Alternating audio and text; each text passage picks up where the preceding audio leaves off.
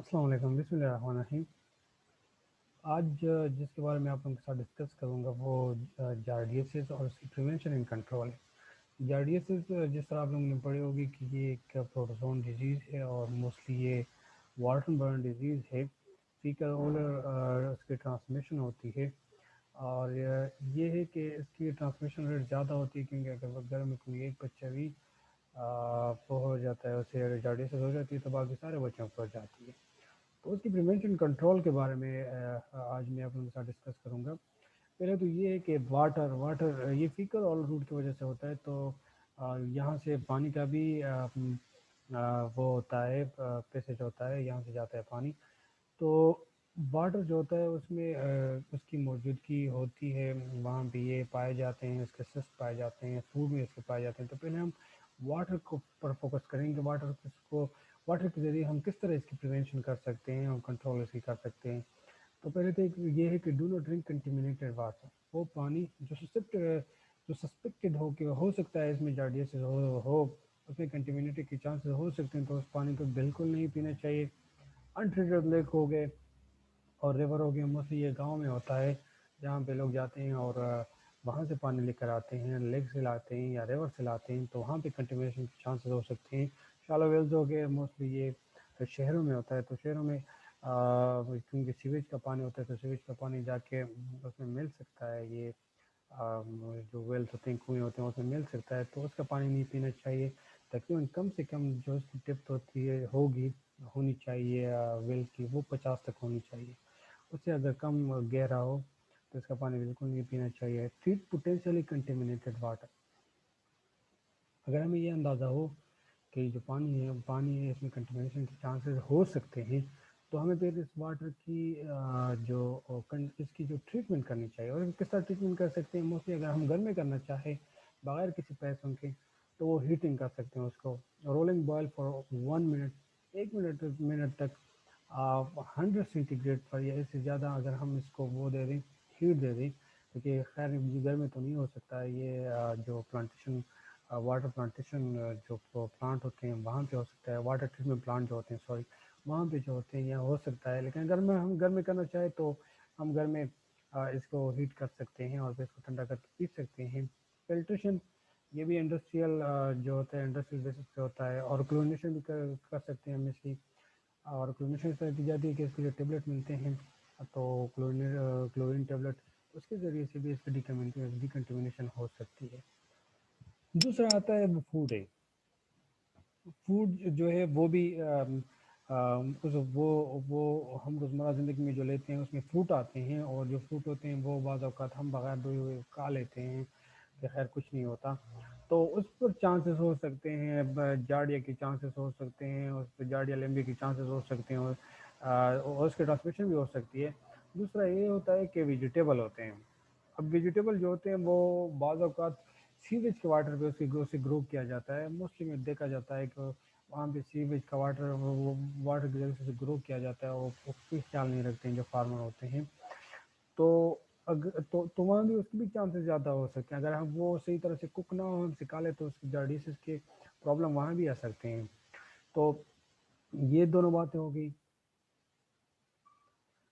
تو جو یہ فوڈ ہو گیا اور واٹر جو ہو گئی یہ بہت ضروری ہے، اس کی جو ڈیکنٹیمنیشن بہت ضروری ہے۔ دوسرا ہوتا ہے پریونشن ان کنٹرول میں پریکٹس گڈ ہائیجین۔ ہم مسلمان ہیں تو اسلام بھی ہمیں اس کی تلقین کرتا ہے کہ جو صفائی ہے وہ نصف ایمان ہے۔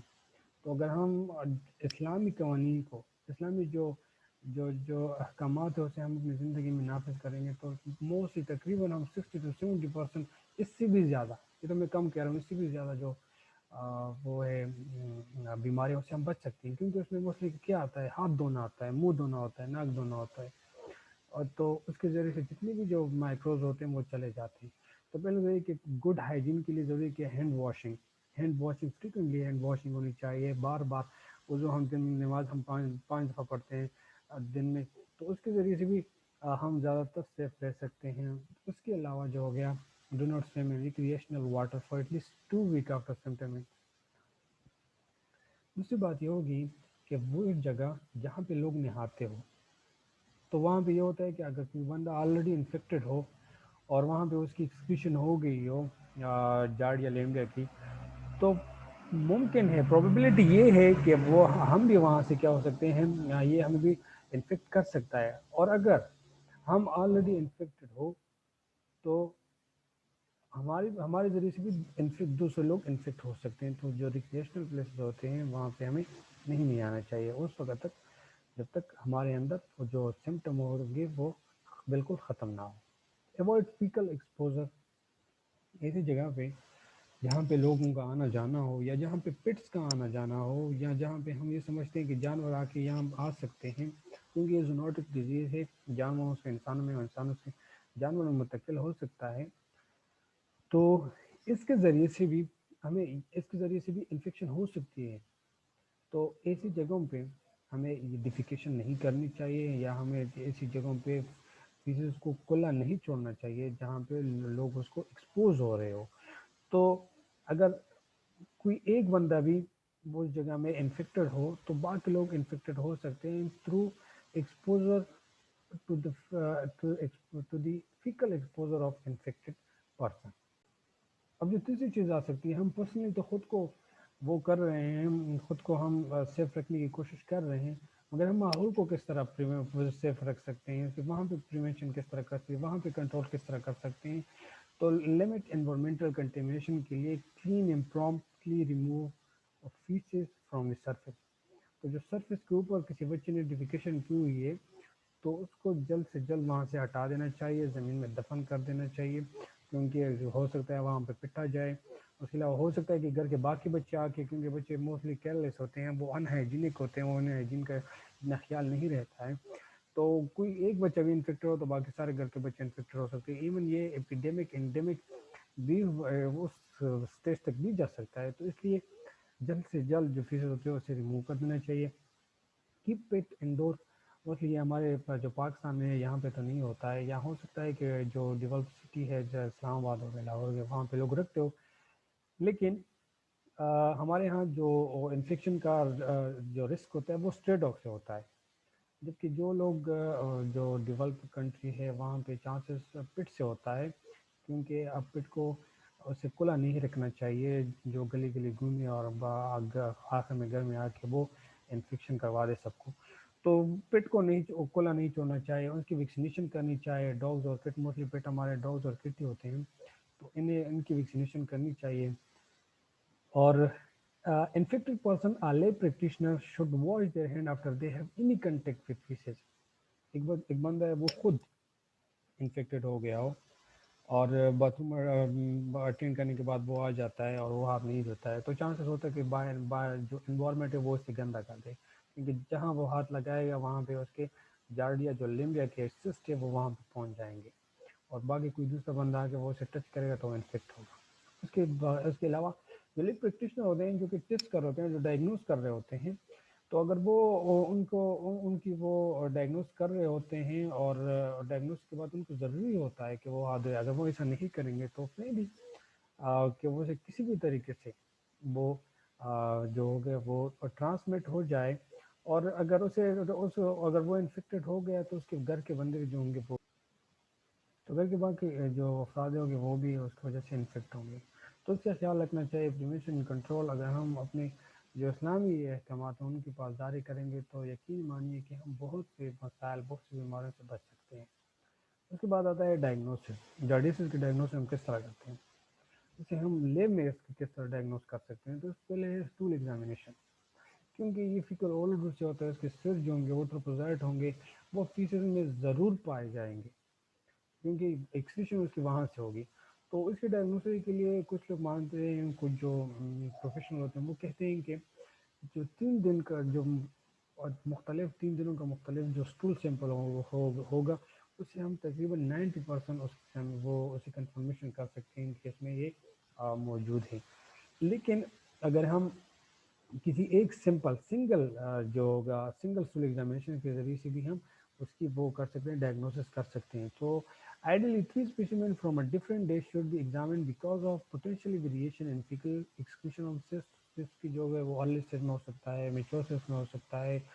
تو 3 مختلف دنوں کے جو اسٹول ہوں گے اگر ہم اس کے ذریعے سے کریں گے تو یہ کافی بہتر رہے گا، کیونکہ 90% اس کی کنفرمیشن ہو جاتی ہے۔ جارڈیا انٹسٹینل جو اس کا دوسرا نام ہے، is identified in 50 to 70% of patient after single stool examination and in more than 90% of after 3 stool examination۔ 3 stool examination سے یہ اب ایک دن میں بھی ہو سکتا ہے یا 3 مختلف دنوں میں بھی ہو سکتا ہے، تو اس کی ایگزامینیشن اس طرح کی جاتی ہے اور کنفرمیشن ہو جاتی ہے۔ Stulova and parasite examination aid in the diagnosis of giardiasis in 80 to 85% of the patient۔ جو کہ پیراسائٹ ہوگا، لیمبیا ہو گیا، جارڈیا لیمبیا ہو گیا، اور اس کا جو اووا ہوگا اس کے ذریعے سے بھی ایگزامینیشن میں تقریباً کنفرمیشن ہم 80 to 85% کر سکتے ہیں۔ اس کے علاوہ ہے اسٹول اینٹیجن انزائم لنک امیونوساربینٹ، جیسے جو ایلائزا ہوگا، ایلائزا جو ہوتا ہے اس کے ذریعے سے بھی ہم اسے ڈائگنوز کر سکتے ہیں۔ These tests are best used as screening tests in a high incidence setting such as جو ایلائزا ہوتا ہے وہ موسٹلی ہم ان جگہوں پہ کرتے ہیں جہاں پہ چانسز کے ریٹ زیادہ ہوتے ہیں، جیسے موسٹلی جو ڈیولپ کنٹری ہوتے ہیں وہاں پہ والدین چلے جاتے ہیں جاب کرنے کے لیے، بچوں کو چھوڑ دیا جاتا ہے ایک سینٹر میں جسے ڈے کیئر سینٹر کہا جاتا ہے، جہاں پہ سارے بچے ہوتے ہیں، تو وہاں پہ ان کے چانسز زیادہ ہو جاتے ہیں، اس لیے یہ وہاں پہ کیا جاتا ہے۔ دوسرے for identification of subject during an epidemic, اگر کوئی وبا آئی ہوئی ہو تو اس کے دوران بھی اس کے ریزلٹ اچھے آتے ہیں، تو اس میں بھی ہم ایلائزا ہی کرتے ہیں۔ P C R can be use to identify subtype, اور اگر اور سب ٹائپ اس میں جینیٹکلی موڈیفیکیشن تو آ جاتی ہے، یہ چیز ایسی ہے جو وائرس ہو گیا پروٹوزوا، اس میں جینیٹکلی موڈیفیکیشن آتی ہے، اس کو اگر اس کی اور سب ٹائپ ہو تو اس کو بھی ہم معلوم کر سکتے ہیں پی سی آر کے ذریعے سے۔ یہ جو ایک سمری ہے ڈائگنوسس کی، جس میں ہم ٹیسٹ استعمال کرتے ہیں ٹوپوزائٹ کے لیے اور سس کے لیے، جو اس کی آئیڈینٹیفیکیشن کے لیے، تو وہ یہاں پہ پہلے ہے ویٹ ماؤنٹ میتھڈ، موسٹلی آئیڈون کے ذریعے سے ایک سلائڈ کے اوپر جو اسٹول سیمپل اسے ڈالا جاتا ہے، اسی پر آئیڈین ڈالا جاتا ہے، اور اس کور سلپ کے ذریعے سے کور کیا جاتا ہے اور مائکروسکوپی نیچے جگہ سے رکھ دیا جاتا ہے، تو اس میں جو سسٹ ہوتے ہیں وہ گولڈن کلر کے، مختلف کلر کے جو اس وقت نظر آتے ہیں، تو اس کی کنفرمیشن ہو جاتی ہے کہ یہ سسٹ ہے اور یہ جو جارڈیا لیمبیا کا سسٹ ہے۔ اس کے بعد ٹرائیکروم اسٹرین ہے، ٹرائیکروم اسٹرین جو ہوتا ہے وہ جو جارڈیا لیمبیا ہے اس کے ٹروپوزائٹ کے لیے یہ کیا جاتا ہے۔ ڈائریکٹ فلوریسنٹ اینٹی باڈی ہے، کیسے ہے، یہ بھی وہی ایلائزا کی طرح ہے۔ انزائم امیونو سے انزائم کے بیسس پہ جو ہوں گے اس کے آئیڈینٹیفیکیشن کی جاتی ہے۔ ریپڈ امیونو کرومیٹوگرافک کارٹیج اسے ہے، اس کے لیے بھی کیا جاتا ہے۔ تو جو یہ دو ہوتے ہیں ڈائریکٹ فلوریسنٹ اور جو انزائم امیونو سے، یہ فریز اسٹول سیمپل ہوتا ہے اس کے لیے کیا جاتا ہے، جبکہ جو ریپڈ امیونو کرومیٹوگرافک کارٹیج ایسے یہ پریزرو، اگر آلریڈی آپ کے پاس کوئی پریزرو سیمپل رکھی پڑی ہو تو آپ اس کو ریپڈ امیونو کرومیٹوگرافک کارٹیج کے ذریعے سے ڈائریکٹلی جلدی کر سکتے ہیں، کیونکہ یہ آپ یہ جلدی کوئک میتھڈ ہے۔ تو یہ سب پریونشن، کنٹرول، ڈائگنوسس کے بارے میں تھا۔ امید ہے آپ لوگوں کو کچھ نہ کچھ تو سمجھ آئی ہوگی۔ Thank you.